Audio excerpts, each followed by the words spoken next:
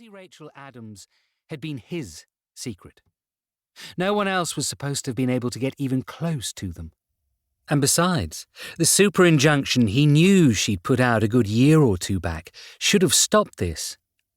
He needed to check with his legal team and find out why they hadn't alerted him to any problems. They needed to explain why he was reading it in a bloody war zone rather than selling it to the Sun, once he faced down his editor and quit his useless paper. Bunch of ungrateful, good-for-nothing pricks. Immigration had been as painful as ever. Hunt, annoyingly, had a name that, although uncommon, seemed to be the same as someone else on a UK government watch list, which meant the e-gates never seemed to work for him.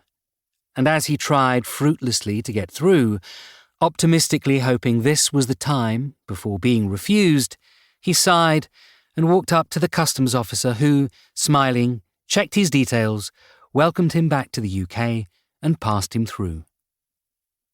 Hunt knew the customs officer recognised the name. After all, even though there was some kind of terrorist using his details, he wasn't a nobody.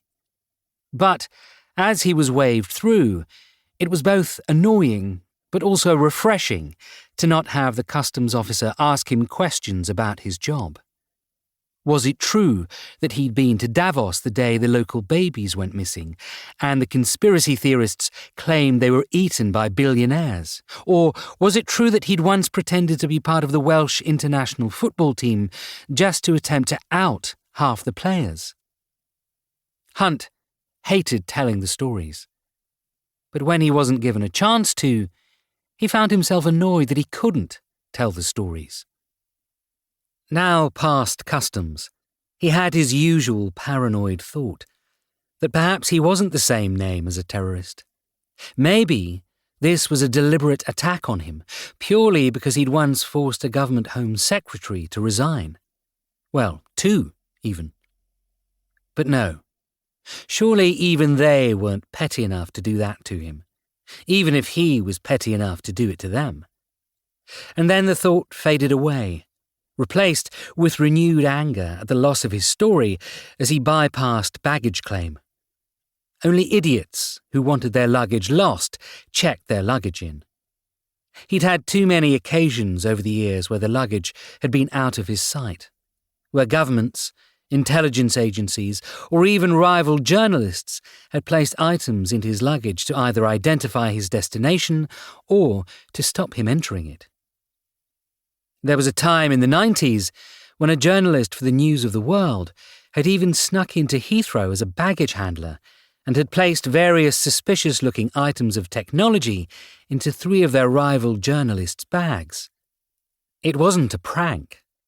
It was knowledge that when the rival arrived at the location 3 hours later, the conference they were attending would now give the mischievous bag-tampering journalist an exclusivity they wouldn't have expected beforehand. Mainly because the other 3 journalists would have been taken by security at the airport and were very much unlikely to be attending in any journalistic context, let alone walking straight after the various cavity searches. Hunt hadn't been one of the 3. But he knew 2 of them, and as far as he was concerned, they bloody deserved it, the self-righteous pricks. If he was forced to admit it, the last trip out had been the straw that broke the camel's back, and he had realised, as he arrived, he wasn't enjoying this anymore.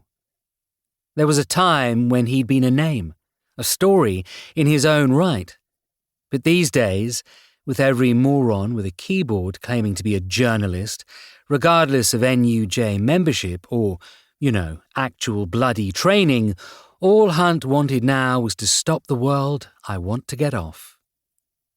Luckily, while festering on a plane and going through his notes to work out the next steps, he knew exactly what he was going to do.